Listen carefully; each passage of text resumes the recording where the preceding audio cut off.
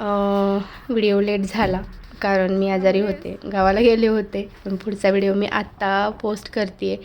15 किलोमीटरचा रस्ता आपण पार केलेला आहे आणि हे माझं सासर आलं आणि वळण घेतलं आहे. 6 महिन्यानं मी आले आहे आणि हा पहिला कच्चा रस्ता होता, आता डांबरीकरण झालेलं आहे. आणि मिस्टरांना सरप्राईज कसं वाटलं ते बघूया. आणि मला वाटतं 6 महिन्यापेक्षाही जास्त झालं असेल आणि मी गावाला का येत नाही ते मी पुढं सांगते.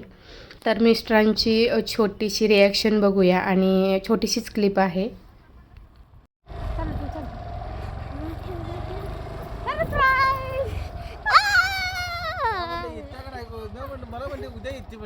तर त्यानंतर अर्धा तास मी चुलत सासूबाईंच्यात चहा पाणी वगैरे केला आणि आमच्या वस्तीवरती यात्रा होती देवाची, तर तिथं गेलो आणि महाप्रसाद वगैरे घेतला, कुस्त्या वगैरे होत्या.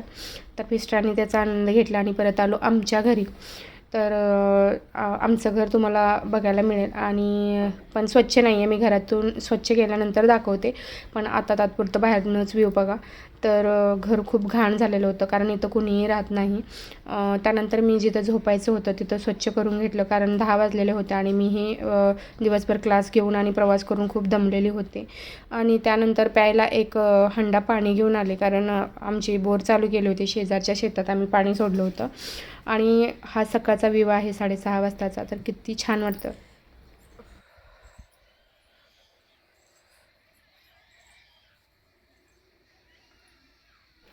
त्यानंतर घेतला आम्ही मस्त म्हशीच्या दुधाचा चहा. तर प्युअर म्हशीच्या दुधाचा विदाऊट पाणी घातलेला मला खूप आवडतो आणि गावचं दूध म्हटलं की भेसळ नाहीच. आणि त्यानंतर केली स्वयंपाकाची तयारी. मोजकीच भांडी घासून घेतली आणि शेजारीच माझ्या सासूबाईंचं डाळिंबाची बाग होती आणि त्याच्यामध्ये कांदे वगैरे लावलेले. तर कांद्याची पातच माझ्याकडे हा ऑप्शन होता लगेचच जवळच्या जवळ, कारण मी 6 महिने झालं गावाला नसल्यामुळं मी कुठं काय आहे हे मला माहितीच नाही, म्हणजे कुणाच्यात काय लावलं आहे हे मी अजून माहिती नाही आहे. त्यानंतर मी माझ्या मुलीने कांद्याची पात घेऊन आलो आणि माझ्या मुलीला सराटे म्हणजे काय माहीत नाही, त्याचीच काटा घुसलेला आणि तिचंच ते तेवढ्यासाठीच रडत होती.